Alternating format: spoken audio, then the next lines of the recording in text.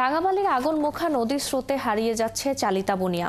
নদী কেড়ে নিয়েছে শত শত পরিবারের বসতভিটা, জমি, সম্পদ। ভিটে মাটি হারিয়ে কেউ কেউ চলে গেছেন অন্য কোনো এলাকায়, আবার কেউ শেষ সম্বল নিয়ে নদীর তীরে বেড়িবাঁধের গায়ে কোনো রকমে ঠাঁই নিয়েছেন। ক্ষতিগ্রস্তরা চাইছেন স্থায়ী টেকসই বাঁধ এবং নদীর তীর রক্ষায় কার্যকর উদ্যোগ। প্রশাসন বলছে ব্যবস্থা নেওয়া হবে। বিস্তারিত কামরুল হাসানের প্রতিবেদনে। গত 10 বছর ধরে 3 বার এই নদী রেনু বেগমের সর্বস্ব কেড়ে নিয়েছে।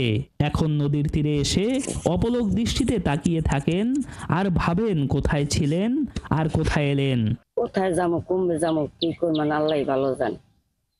নাই জায়গা জমি তো সবই নদীতে, আর কিছু নেই জায়গা। এই ভাঙন শুধু রেনু বেগমের একার নয়, এটি চালিতা বুনিয়ার শত শত পরিবারের গল্প। একে একে 3 বার করে বাড়ি পাল্টাইছি, গরু পাল্টাই না, পুরুষ করলে গেট করলে সব পানিতে ভিক্ষা তছনছ করে হেলা। আমার প্রায় 2 কানির মতো সম্পদ ছিল, সব এই নদীতে চলে গেছে।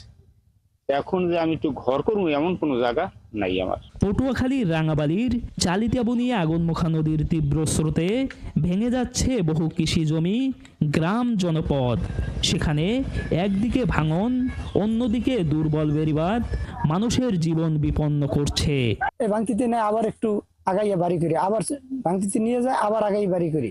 এখন তো লাস্টে জায়গা জমি শেষ। দেখি কাছেই এখন তো কোনো স্থান নাই, জায়গা জমি নাই যে থাকার। এখন আবার কমে যাবো, কমে কি করবো, এত আর এই পাইতেছি না। এলাকাবাসীর দাবি টেকসই বেড়িবাঁধ নির্মাণের পাশাপাশি ব্লক দিয়ে নদীর তীর রক্ষার কার্যকর ব্যবস্থা নেওয়া হোক।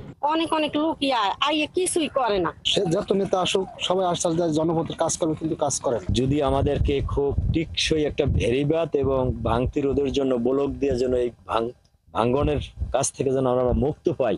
এদিকে প্রশাসন বলছেন ভাঙন কবলিত চালিতা বুনিয়া রক্ষার মাধ্যমে স্থায়ী ব্লক বাঁধ নির্মাণ করা যায়, সেটার জন্য আমি পত্র মারফত যোগাযোগ করব এবং আমাদের যেসব ফোরামগুলো আছে জেলাতে, জেলা প্রশাসক স্যারের মাধ্যমে সেটা আমরা ওনাদেরকে অবহিত করব। গত 10 বছর ধরে এই ভাঙন চালিতা বুনিয়ার মানুষের নিত্যদিনের সঙ্গী। কামরুল হাসান, 71, রাঙাবালি, পটুয়াখালী।